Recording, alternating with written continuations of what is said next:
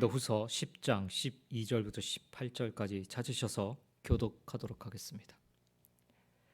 읽겠습니다. 우리는 자기를 칭찬하는 어떤 자와 더불어 감히 짝하며 비교할 수 없노라.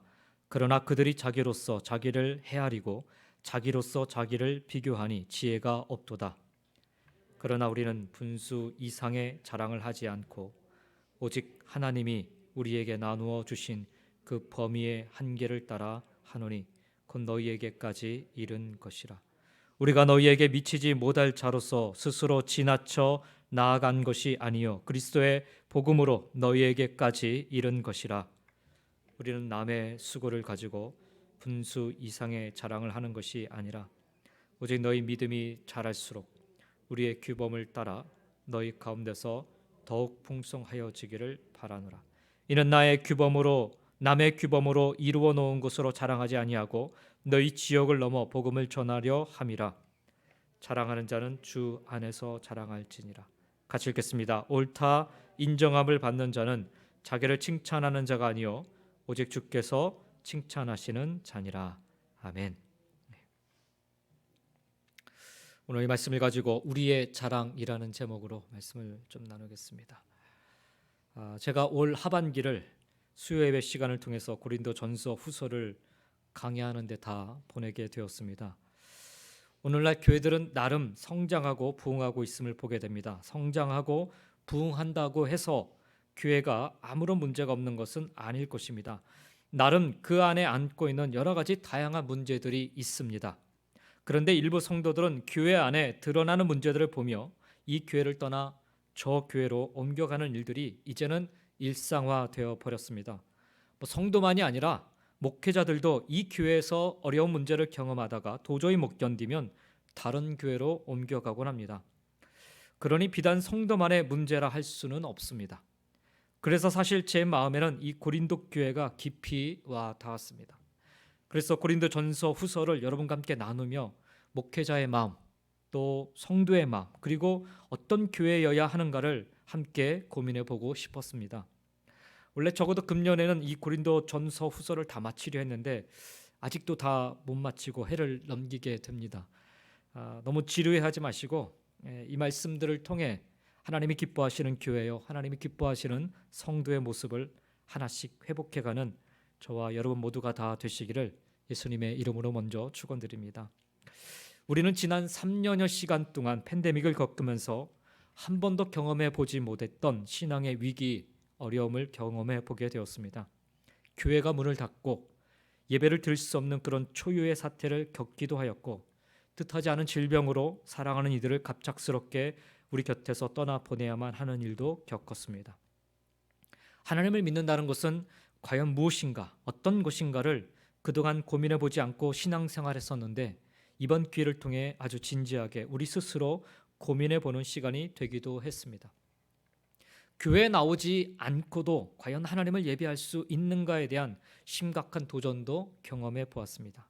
이제는 새로운 패러다임으로 받아들이고 적응해야 한다라는 이야기도 듣게 됩니다. 그런데 자칫 그러다 본질마저 잃어버리지는 않을지 많이 걱정이 되기도 합니다. 본질은 변하지 말아야 한다고 다들 이구동성으로 말들은 하는데 사실 문제는 본질에 대한 분별력이 과연 우리에게 있기는 한가? 이것이 의문이기 때문에 그렇습니다. 하나님 말씀에 대한 분별력, 믿음에 대한 분별력, 신앙에 대한 분별력도 없으면서 너무 쉽게 신앙생활, 믿음 생활에 새로운 패러다임을 이야기하는 것 같아서 안타깝습니다. 예배를 얘기하면서도 도대체 예배가 뭔지를 잘 모르는 상태에서 그냥 예배로 받아들이는 경우가 있습니다. 이번 팬데믹을 겪으면서 온라인 예배가 아주 자연스럽게 정착이 됐어요. 한편으로는 감사한 일이기도 하고요. 또 한편으로는 상당히 우려스러운 일이기도 합니다. 인터넷 온라인 예배가 이렇게 쉽게 정착될 수 있었던 이유가 뭘까? 여러분 뭐라고 생각하십니까? 예배를 설교 한 편 듣는 걸로 너무 쉽게 우리가 이해하고 있기 때문은 아닌지요. 그래서 온라인 예배로 바뀌면서도 이게 아무렇지도 않게 그냥 넘어가 버리는 상황이 돼버렸어요. 만약 구약의 제사처럼 예배를 우리가 드리는 것으로 생각하고 그런 정성과 그런 준비와 그런 마음과 그런 헌신을 가지고 우리가 예배를 드리는 것으로 이해하고 드린다면 이렇게 쉽게 온라인 예배가 정착할 수 있었을까 하는 그런 의문이 듭니다. 그래서 사실은 본질에 대해서, 본질은 변함이 없다라고 얘기하지만 사실은 그 본질, 우리가 잡고 있는 본질 자체가 아주 애매모호한, 아니 정확하게 잡지 못하고 있는 그런 본질이지는 않을까, 그런 안타까움이 있습니다. 그래서 이러한 때 우리가 더 굳게 붙잡아야 할 것은 그래서 말씀밖에 없어요. 말씀으로 돌아가 기본기를 다시금 다지는 길밖에 없습니다. 믿음이 뭔지를 지금까지 내가 경험해 왔던 믿음 그걸 가지고 얘기하지 말고 하나님 말씀으로 다시 돌아가서 믿음이 뭔지를 점검해 봐야 되는 거예요. 기도가 뭔지 우리가 그냥 와서 엎드려 기도하는 것이 기도라고 생각하는데 아니요, 그렇지 않습니다. 성경에서 말씀하시는 기도가 무엇인지를 우리는 배우고 따라갈 수 있어야 되는 거예요. 예배가 뭔지도 마찬가지고 드림이 뭔지도 마찬가지고. 그래서 우리는 다시금 하나님 말씀으로 돌아가서 이 기본기를 다지지 않으면 사실 본질을 잡고 있다 이렇게 얘기할 수 없습니다. 헛된 것을 잡고서 우리가 신앙생활을 하게 되는 거죠. 그래서 교회는 어떤 프로그램이나 행사를 할 게 아니라 말씀을 가르쳐야 합니다. 옛날 우리 어르신들 교회, 옛날 우리 교회 한국교회 같은 경우는 사경회라고 하지 않습니까? 사경회를 1년에 봄, 여름, 가을, 겨울 4번 정도는 했어요. 그리고 그 사경회는 일주일 내내 말씀을 듣는 시간이에요. 새벽에, 아침에, 저녁에, 오후에도 있어요. 그래서 총 4번, 하루에 4번씩 그렇게 집회가 있었죠. 지금은 저녁만 해도 사실 잘 안 모인다고 해요. 그러니까 하나님 말씀을 가르치는 것에서 이게 어느 순간부터 본질이 바뀌어가지고 말씀을 가르치지 않고 어떤 프로그램을 진행하는 그런 교회들로 바뀌어가고 있다는 거예요. 그래서 교회는 모두가 다 외면을 해도 그래도 말씀을 가르쳐야 한다는 거. 바울이 고린도 교회와 그 성도들을 대하는 태도가 바로 그러했습니다. 고린도 교회 성도들의 비율을 맞추려 하지 않아요. 사도 바울의 모습을 보면은 그들의 상황에 안주하려고도 하지 않습니다. 바울은 여전히 문제 많은 골칫덩어리인 고린도 교회와 그 성도들을 향해서 계속해서 복음을 가르칩니다. 이게 사실은 오늘날 우리들 교회가 배워야 될 부분이기도 합니다. 그 복음을 가르친 내용이 그래서 고린도 전서와 후서의 내용이에요. 바울 이후에 고린도 교회에 온 교사들, 어찌 보면 그 거짓 교사들이라고 표현하고 있는데 어찌 보면 그들은 시대의 흐름을 아주 잘 읽는 사람들이었습니다.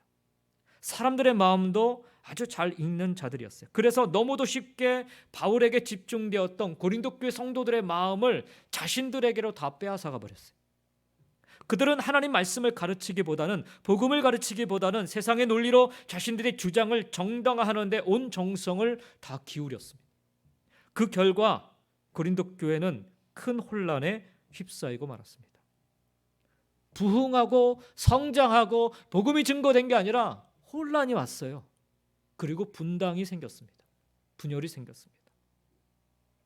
우상의 문제에 깊이 관여하게 되었고요. 심지어는 성적 타락의 문제에 깊이 빠지게 되었습니다.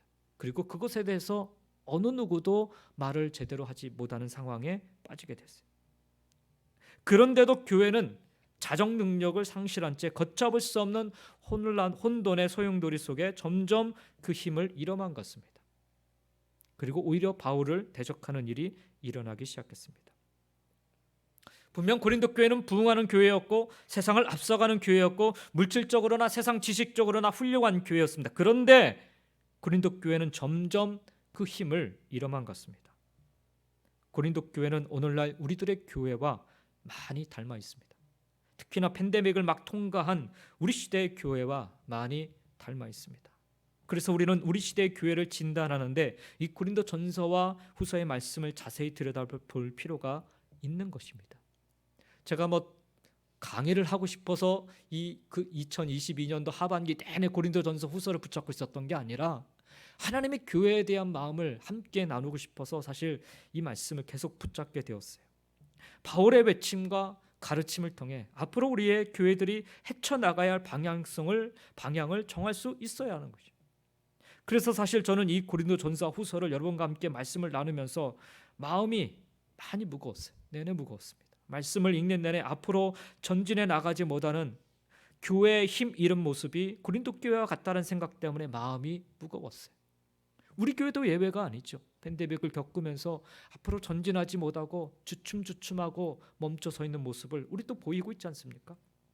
그래서 마음이 많이 무거웠어요. 중요한 것보다도 사실 중요치 않은 그런 비본질적인 사변적인 것들에 온통 마음을 다 빼앗겨버린 고린도 교회 모습이 마치 우리의 모습 같아 마음이 무거웠어요. 뭐가 중요한지를 가지고 우리가 함께 붙잡고 기도하고 또 하나님 앞에 나아가야 되는데 정작 중요하지 않은 걸 가지고서 막 시시비비를 가리고 따지고 논란을 일으키고 이런 것들이 우리 안에 자리 잡고 있다는 거죠. 그래서 고린도 교회를 향한 바울의 마음으로 우리 교회를 위해서 계속해서 기도하게 되었어요. 아니 고린도 교회 위에 군림한 거짓 교사들의 그 행동과 태도, 또 고린도 교회 일부 성도들이 보여줬던 일탈된 모습을 보면서 저 자신의 모습이 투영된 것 같아서 가슴 찔림으로 기도하게 되었습니다. 바라기는 새해에는 저 자신도 그렇고 여러분 모두도 하나님의 기뻐하시는 사역자요, 성도요, 그리고 우리 교회가 될 수 있기를 간절히 소망합니다.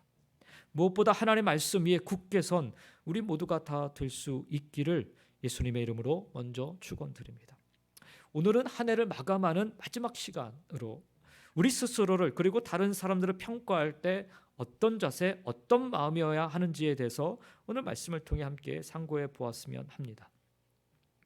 첫 번째로 우리 스스로를 평가할 때 자기 자랑에 빠지지 않도록 주의해야 합니다. 12절 말씀을 보면 다시 한번 보시면 바울은 우리는 자기를 칭찬하는 어떤 자와 더불어 감히 짝하며 비교할 수 없노라라고 이야기하고 있습니다. 여기서 자기를 칭찬하는 어떤 자라고 하는 사람들은 고린도 교회에 바울 이후에 침투에 들어왔던 거짓 교사들, 거짓 사도들을 가리킵니다. 당시 고린도 교회에서 기득권을 장악하려 한 이 거짓 사도들은 자화자찬을 일삼았어요. 그들은 자기를 칭찬하는 자들이었습니다. 다른 사람이 그들을 칭찬하는 게 아니라 자기들 스스로 칭찬했던 사람들. 그들의 자랑의 목적은 다른 성도를 세우려 함이 아니라 다른 성도들을 자신들의 그 권위 아래 두려는 것이었습니다. 때문에 그들은 무엇보다 먼저 고린도 교회에서 그 권위를 행사할 수 있는 교회 설립자였던 바울의 권위를 실추시켰어야 했어요. 바울을 비난해서 성도들의 마음이 돌아서게 만드는 것이 자신들의 목표를 이루기 위한 첫 번째 과제였습니다. 한국에 한참 떠들었던, 지금도 떠들썩하지만 신천지가 주로 교회에 들어와서 하는 일이 바로 이 부분이에요. 교회에 들어와서 가장 먼저 하는 게 목회자, 지도자들을 비난하는 거예요. 처음에는 안 그러죠. 처음에는 얼마나 나이스하게 행동하는지. 그런데 그 나이스하게 행동하다가 뭔가 책 잡을 것을 하나 딱 잡으면은 그 다음부터는 돌변해가지고 비난하는 일을 앞장서요. 고린도 교회에 들어왔던 이 거짓 교사들이, 거짓 선지자들이 바로 그런 모습이에요. 그래서 바울의 실추를 그냥 땅에 떨어뜨리는 일을 그들이 했던 거죠. 그런 다음에 그들은 사람들 앞에서 자신들의 권위를 세우기에 자기 자랑을 일삼하다. 나는 저런 바울보다는 나은 사람이야. 너희들 아니? 나는 이런 일을 했어. 나는 이런 사람이야. 이렇게 자기 자랑을 했다는 거죠. 여러분, 이들의 모습이 얼마나 부끄러운 것입니까? 자신을 자랑하는 사람의 온 관심은 자기밖에 없어요. 자기밖에. 우리 주위에도 자기 자랑 그렇게 많이 하는 분은 우리 교회는 별로 없지만 그래도 간혹 가다 보면은 우리 교회뿐 아니시고 다른 분들도 만나게 되면은 자랑하시는데 자기 자랑만 하지 다른 사람 자랑하는 거를 그냥 눈뜨고는 못 보시는 분이 계세요. 그래서 누가 옆에서 다른 사람 자랑하면 가만히 있어봐, 내 얘기 아직 안 끝났어 하면서 계속해서 자기 자랑하시는. 그 사람은 오직 자기밖에 없어요. 자기밖에 안. 남과 비교해서 우월한 자기의 모습만을 얘기해요. 어떤 사람 그 얘기하다가 얘기 중에 저 사람 얘기하면 그 사람 얘기를 동조하는 것 같은데 또 비교해서 내가 저 사람보다 나아 이렇게 또 바뀌어가는 모습. 자기를 위한 것이 결코 아니에요. 도리어 자기에게 큰 해를 가져다 줄 수 있다는 거예요. 여러분, 경제적으로 어려움을 당한 사람에게 난 물질의 복을 넘칠 만큼 받았어, 이런 말을 해보십시오. 자기 자랑으로. 혹은 죽을 병으로 누워있는 사람에게 그래도 나는 건강해, 사지 말짱하고 뭐 잔병 치레 없고 이렇게 건강해 하면서 건강한 신체를 한번 자랑해 보십시오. 그 상대방과의 관계가 어떻게 되겠습니까? 이런 극단적인 경우가 아닐지라도 자신만을 자랑하고 높이는 것은 다른 사람들에게 불쾌감과 거부감을 줍니다. 때문에 사람들은 지나치게 자랑하는 사람을 자연스럽게 꺼려하게 되는 거예요. 처음에는 혹하고 넘어가서 정말 그런가 보다 할 수 있습니다. 그러나 자기 자신만을 자랑하는 사람, 자랑하는 그 모습에 금세 찔려버려요. 중국 격언에 스스로 크다고 생각하는 사람에게서는 추한 냄새가 풍긴다라는 그런 격언이 있어요. 이 말이 암시하듯이 스스로 높이는 사람을 좋아할 사람은 아무도 없습니다. 예전에 유행했던 말 중에 공주병, 왕자병 이런 말 있지 않습니까? 이게 예전에만 유행한 게 아니라 지금도 유행을 하고 있더라고요. 혹시 여기 앉아 계신 분 중에는 없겠죠. 그러나 공주병, 왕자병, 스스로를 공주나 왕자처럼 생각하는 사람들에게 붙여진 말이죠. 즉 남이 인정하지도 않는데 스스로 자신이 굉장히 잘난 줄 알고 자아도취적 행동을 하는 사람을 꼬집어서 이 병에 걸렸다라고 하는 것입니다. 사람들은 이 병에 걸린 사람들과 교제하는 것을 아주 꺼려합니다. 그래서 이 병에 걸린 사람들은 사회적으로 고립되는, 소위 말하는 왕따를 당하는 불상사를 겪기도 합니다. 이처럼 자기만을 높이는 자랑은 사람들에게 결코 환영받지 못합니다. 현대는 자기 PR 시대라고 해서 자기에 대해서 상대방에게 최대한 알리는 것이 중요한 시대라고 얘기합니다. 그렇다고 해서 과장되게 자신을 높이는 자랑을 하라는 말은 아닙니다. 자기를 제대로 정확히 알리는 것은 좋지만 자화자찬하여 자기를 스스로 높이려 해서는 안 됩니다. 자기를 위한 무분별한 자랑은 결국 바른 인간관계를 깨고 자기 인격에 손상만 입을 뿐입니다. 이게 공동체를 깨는데 엄청난 파급력이 있어요. 그래서 사실은 자화자찬, 스스로 자랑하는 것을 조심해야 됩니다. 사도 바울은 지금 12절에서 자기 자신을 자랑하는 이들과 비교해서 스스로 부족하거나 연약하다 인정하는 뜻의 차원에서 말하고 있는 것이 아닙니다. 그는 자신의 사도직이 사람들의 자천이나 소위 추천장에 의해서 인증받은 것이 아니라 오직 하나님의 부르심에 따라서 된 것임을 강하게 확신하고 있음을 지금 밝히고 있는 거예요. 하나님의 주권적인 은혜의 결과로 말미암아 자기가 사도의 직분을 감당하게 되었다라고, 그래서 사도 바울로서는 스스로 자랑할 만한 그 어느 것도 없음을 잘 알고 있었음을 지금 고백하고 있는 거예요. 스스로 자랑하는 자들은 하나님의 주권과 그 은혜를 인정하지 않고 사는 자임을 알았기에 그는 이 같은 잘못을 범하지 않기 위해서 얼마나 노력했는지 몰라요. 자기가 드러나야 될 자리, 혹은 자기가 은연중에 드러나게 되는 그런 자리에서도 사도 바울은 물러서는 사람이었어요. 멈춰서는 사람이었고, 돌아서는 사람이었고, 숨는 사람이었어요. 이게 사도 바울의 사역의 흔적이었습니다. 왜요? 하나님의 은혜를 아는 자였기 때문에.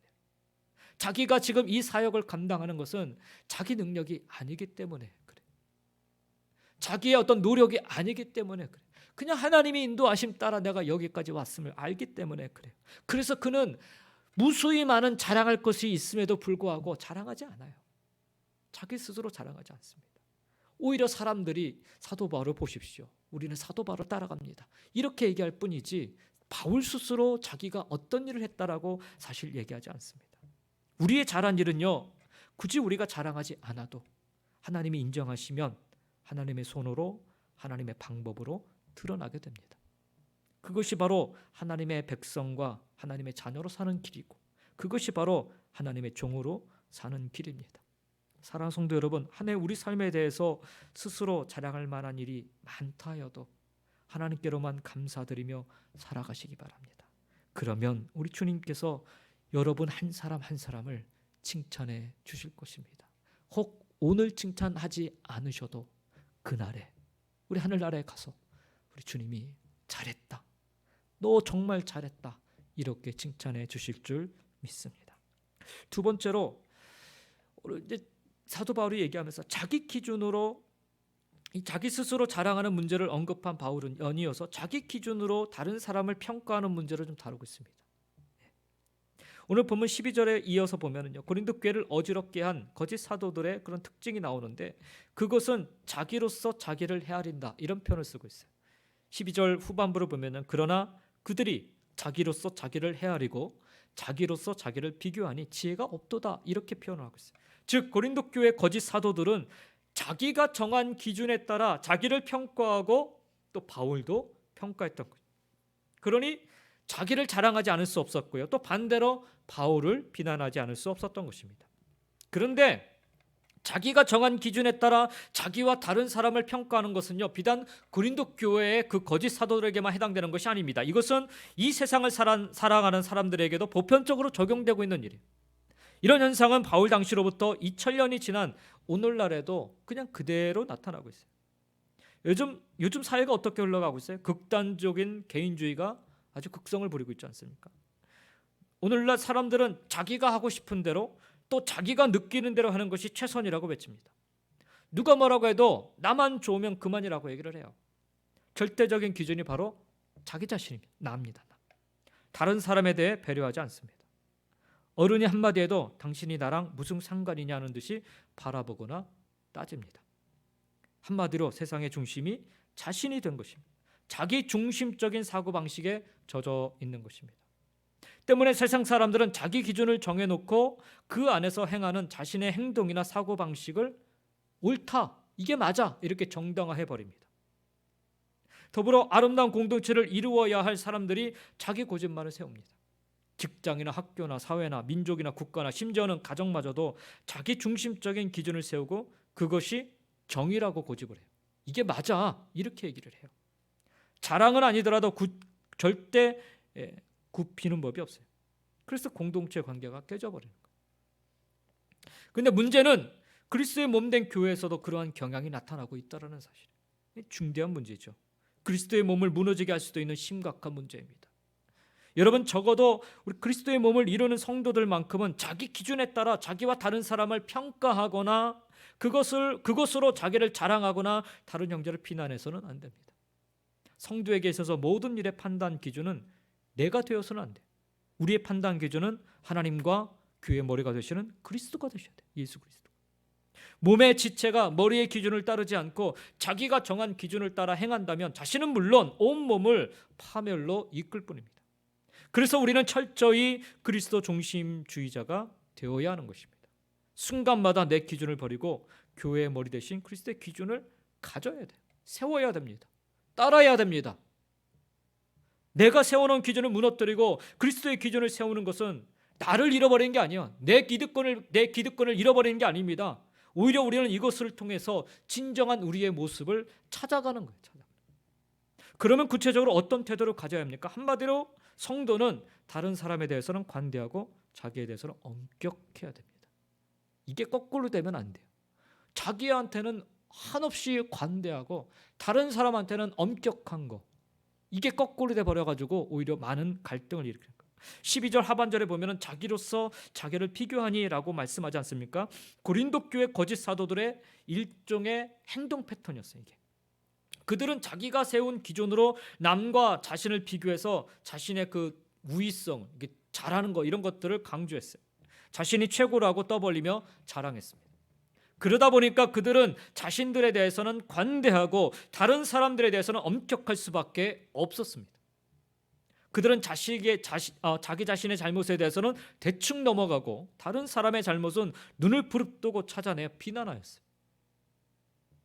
이게 여러분 비단 고린도 교회에 있었던 거짓 사도들에게만 해당되는 일일까요? 그렇지 않습니다. 오늘날 살아가고 있는 대다수 많은 사람들의 모습이 바로 이런 모습이에요. 주님이 일찍이 그래서 마태복음 7장 3절에 보면 어찌하여 형제의 눈 속에 있는 티는 보고 네 속에 있는 들보는 깨닫지 못하느냐 말씀하신 거예요. 자기에게는 관대하고 다른 사람에게는 엄격한 것이 사람의 보편적인 특징이었다는 것을 시사해주고 있는 것입니다. 사람들은 일반적으로 나의 잘못은 어쩔 수 없거나 괜찮은 것이라 얘기합니다. 어쩔 수 없었어, 이렇게 얘기 많이 해요. 그러나 남의 잘못은 어쩔 수 없었어 얘기하지 않고 아니 그럴 수 있어? 이렇게 얘기한다는 거죠. 결코 쉽게 넘어가지 못합니다. 자신의 기준은 누구에게나 동일하게 적용된다고 우겨도 실은 자신에게 대해서는 아주 관대하고 관용적으로 적용하고 남에 대해서는 아주 엄격하게 적용하는 경우가 많습니다. 이중잣대죠. 이중잣대. 공평한 하나의 기준을 가졌다고 주장하지만 너나 나나 똑같은 기준으로 보면 그래 라고 얘기하지만 사실은 다른 사람에 대해서 적용하는 것과 자기에게 적용하는 것이 달라요. 이중잣대. 이게 우리 인간들의 모습입니다. 그 주님은 이런 사람들을 향해서 마태복음 7장 2절에 이렇게 경고하십니다. 너희가 비판하는 그 비판으로 비판을 받을 것이요 너희가 헤아리는 그 헤아림으로 너희가 헤아림을 받을 것이니라 말씀하세요. 이 말씀에 따르면 어느 누구도 다른 사람을 비판하지 말아야만 할 수가 있습니다. 여러분, 우리의 형제는 우리 스스로가 나는 저 사람보다 뛰어나다 이런 우월성을 나타내기 위해서 주신 희생물이 아니에요. 잘 들으시기 바랍니다.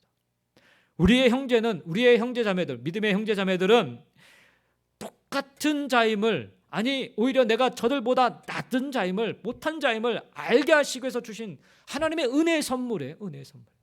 그런데 우리는 마치 내가 저 사람보다 나아라는 이런 판단을 가지고서 그렇게 자기의 우월성을 나타내려 한다는 거죠. 그들은 우리의 비판의 대상이 아니에요. 그들은 사랑의 대상이고 존경의 대상이고 섬김의 대상입니다. 그런데 어찌 우리가 그들을 향해서 우리만의 잣대를 가지고 들이댈 수 있겠습니까? 더욱이 그들에 대한 비판적인 시각과는 반대로 자신에 대해서는 관용적인 태도를 취하는 것도 옳지는 않습니다. 여러분, 나의 기준으로 다른 사람을 보아서는 안 됩니다. 오직 말씀의 기준을 두고 자기 스스로를 주님 앞에 날마다 살피며 다듬어 나가야 할 것입니다.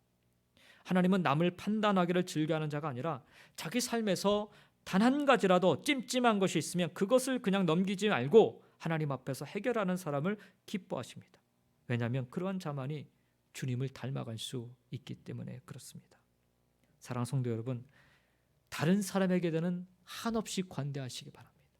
그리고 내 스스로에게는 한없이 엄격하게 하나님 말씀을 가지고 지켜보고 따져보고 또 돌이켜보면서 하나님의 기뻐하시는 그런 삶을 살아갈 수 있기를 예수님의 이름으로 간절히 축원드립니다. 세 번째로, 자신의 기준으로 남을 비판하는 거짓 사도들과 반대로 사도 바울은 13절에서 하나의 샘플로 자기의 올바른 태도를 제시합니다. 바울은 여기서 13절에 보니까 뭐라고 하냐면, 그러나 우리는 분수 이상의 자랑을 하지 않고 오직 하나님이 우리에게 나누어 주신 그 범위의 한계를 따라 하노니 곧 너희에게까지 이런 것이라 라고 말씀합니다. 여기 말씀을 보면 반복적으로 사용된 그 단어가 좀 나오는데, 그게 뭐냐면 분수 혹은 범위라는 그런 단어입니다. 우리 옛날 개역 한글 성경에는 여기 13절 안에 분량이라는 단어를 세 번이나 반복해서 사용하고 있어요. 근데 새로 번역된 한글 성경에는 분수, 범위 이렇게 좀 나눠져 있습니다. 이 말씀에 따르면 우리에게는 하나님께서 주신 분수 혹은 분량이 있음을 알 수가 있습니다. 그렇습니다. 우리 각자에게는 자신에게 정해진 분량이 있습니다. 밥 먹는 분량도 나눠져 있잖아요. 우리 제가 먹는 양과 우리 다른 여러분이 먹는 양과 다르지 않습니까? 분량이 이렇게 나눠져 있어요. 내게 주어진 것이 있고 또 다른 사람에게 주어진 것이 있습니다. 이게 고유의 권한이라는 거예요. 고유. 바울에게도 이 고유의 권한이 있었습니다. 바울은 이방인의 사도로 주님께 부르심을 받았습니다. 이방인을 대상으로 복음을 전하는 것이 바울의 분수였고 바울의 분량이었습니다. 그리고 이것이 그의 한계였습니다. 바울은 애초부터 자신을 이방인의 사도라 지칭했으며 또 이방인의 사도로서 자신의 사역의 한계를 분명히 정하고 살았어요. 이런 전제하에 바울은 고린도 교회가 그래서 자신의 분량 안에 속해 있음을 밝히고 있는 것입니다.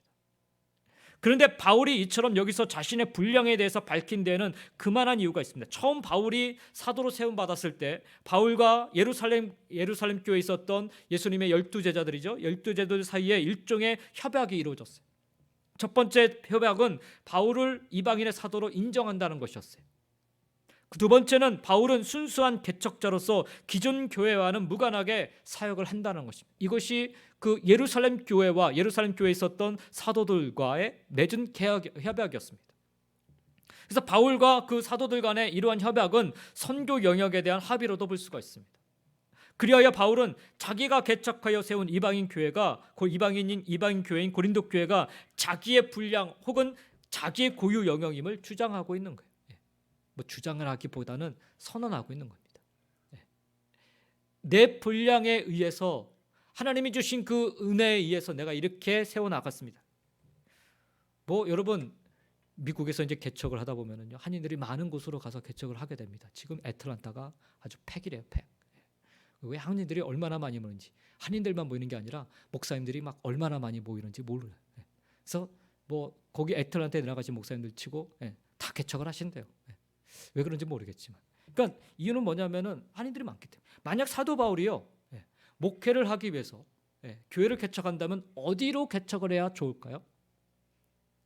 예루살렘 근처, 뭐 유대인들이 많은 곳, 이런 곳에 가서 계속 개척을 하면은 아마 사도 바울은 나름 아주 멋지게 성공적으로 목회를 했을 거예요.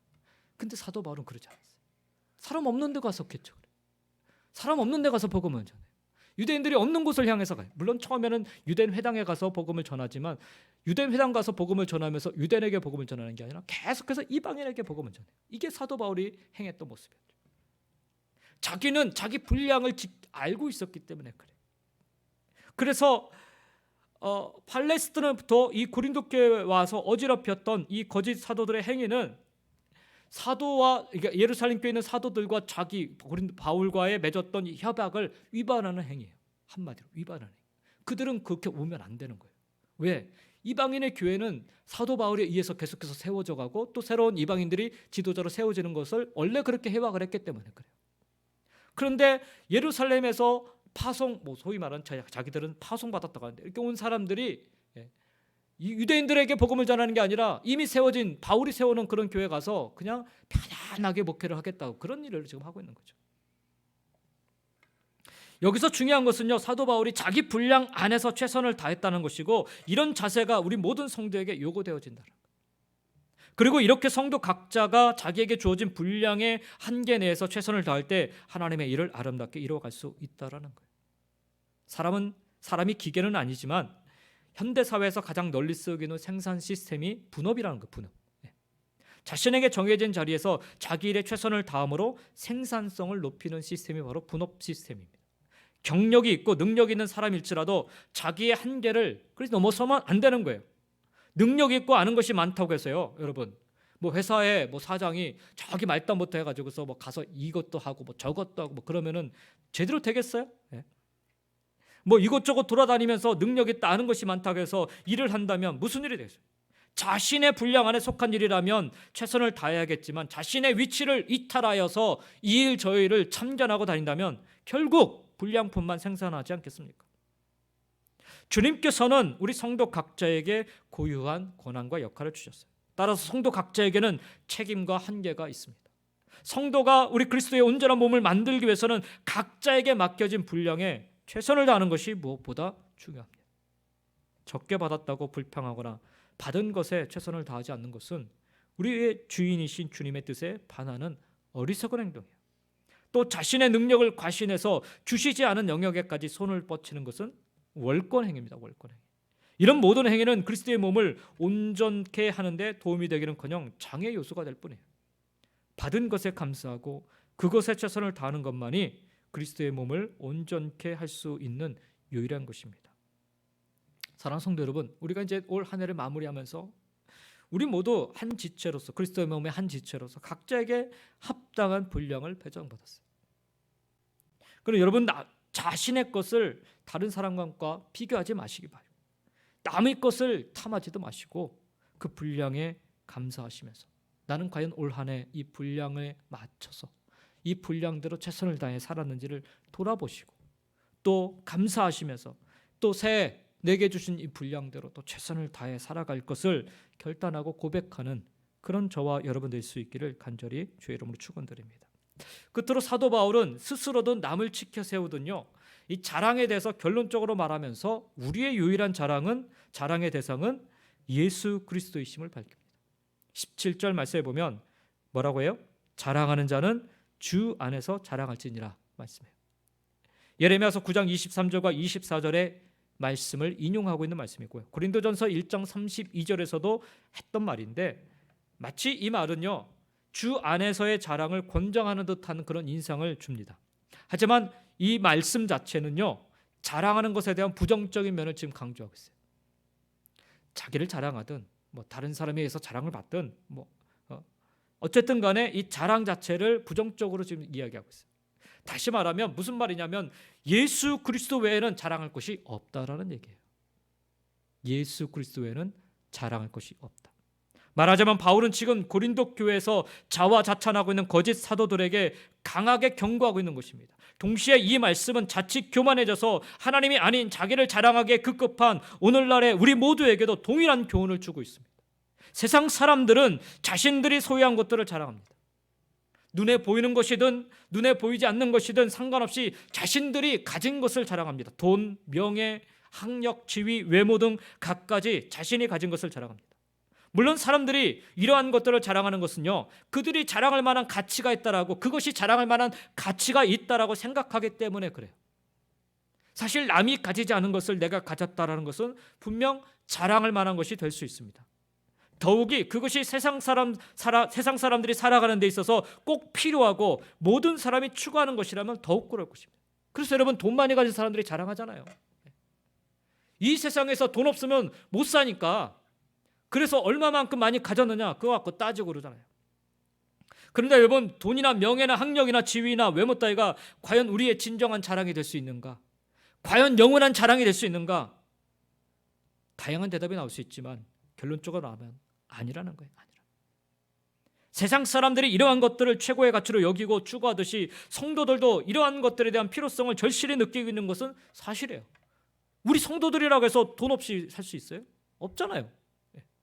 그러니까 우리도 이런 것을 필요성을 느끼고 있는 거 사실이에요. 그러나 세상을 사는 데 있어서 없는 것보다 있는 것이 낫게, 그것들이 유용하다고 말하는 것은 잘못이 아니다. 그래서 필요하다고 얘기를 하는 거예요. 그 필요하다고 해서 그것이 최고의 가치가 되어서는 안 된다라는 거예요. 필요한데 그게 최고가 돼서는 안 된다라는 거예요. 물질이 필요한데 그게 최고가 돼서는 안 된다라는 거예요. 명예가 필요한데 그것이 최고가 돼서는 안 된다라는 거예요. 그것들을 소유함으로 인해서 세상에서 내가 하고 싶은 대로 하며 살 수 있다고 해서 그것이 절대적인 것도 아니라는 것을 알아요. 분명 세상에 속한 사람들이 자랑하는 것에는 한계가 있습니다. 한계. 그것들은 영원한 것이 아닙니다. 늘 한시적이고 늘 상대적인 기쁨과 만족만을 줄 뿐입니다. 이러한 것들은 다 사라지고 썩어질 것이라고 성경은 선언하고 있습니다. 선언. 그러니 어찌 그것이 우리의 진정한 자랑거리가 될 수 있겠습니까? 여러분, 우리가 진정으로 추구해야 하고 또 우리에게 진정한 자랑이 되는 것은 언젠가는 썩어지고 사라질 이 세상의 것들이 아니라 우리에게 영원한 생명과 영광을 주는 것입니다. 영원한 생명과 영광을 주는 것이야말로 우리의 진정한 자랑거리고 우리가 힘을 다해 추구해야 할 대상인 것입니다. 그것이 무엇입니까? 예수 그리스도십니다. 돈 없어도 여러분 자랑할 수 있어요. 명예 없어도 여러분 자랑할 수 있습니다. 무엇으로? 예수 그리스도로. 최소한 이 마음을 갖고 우리가 신앙생활을 해야 되는 거 아니겠습니까? 그래야 우리가 이 어려운 세상 속에서 당당하게 살 수 있는 거 아닙니까? 왜 오늘날 크리스찬들이 이 세상 속에서 쭈그러들듯이 그렇게 살고 있습니까? 자랑할 것을 찾지 못해서 그래요. 자랑할 것이. 여러분, 예수 그리스도만이 가장 큰 자랑의 대상입니다. 이거 하나만 갖고 있어도 여러분 떵떵거리고 자랑하셔도 돼요. 우리에게 영생을 허락하신 예수 그리스도만이 우리의 최고의 가치고 자랑인 것입니다. 사람들이 인정하는 추창장도, 종교적인 학식과 경험도, 인격의 성숙함도, 언변의 능함도, 성공도 우리에게 영생을 허락하신 예수 그리스도와는 비할 데가 못해요. 비할 데가. 돈 많이 갖고 있다고 해서 천국 갑니까? 대통령이라고 해서 천국 갑니까? 아니잖아요. 예수 그리스도를 믿어야 천국 가지 않습니까? 그래서 이게 가장 귀하고 귀한 자랑이라는 거예요. 세상에 있는 어떤 것도 예수와 바꿀 수 없어야 하는 것이고 없습니다. 이것이 사도 바울의 인생의 최종적인 고백인 것입니다. 오직 주님만을 자랑하라는 거예요. 사랑하는 성도 여러분, 올 한 해 우리가 마치면서 과연 나는 무엇을 자랑할 수 있을까? 뭘 남겼을까? 우리가 많이 돌아보지만 여러분 심령 안에 예수 그리스도로 충만하셨다면 그것만으로도 충분합니다. 감사할 수 있습니다. 찬양할 수 있습니다. 그리고 새해에도 또 그렇게 고백하는 거, 하나님, 내년에는 나의 자랑 안에 예수님이 더 충만하기를 원합니다. 더 가득하기를 원합니다. 제 입술에서, 제 손길에서, 제 발걸음에서, 제 삶 속에서 이것만 자랑할 수 있게 역사해달라고. 한 해를 결산하며 우리가 품어야 할 마음이고요, 우리가 고백해야 될 입술입니다. 그리고 새해를 바라보며 우리가 결단해야 될 고백인 줄 믿습니다. 이 고백을, 예수만 자랑하는 이 고백으로 살아갈 수 있기를 예수님의 이름으로 간절히 축원드립니다. 기도하겠습니다.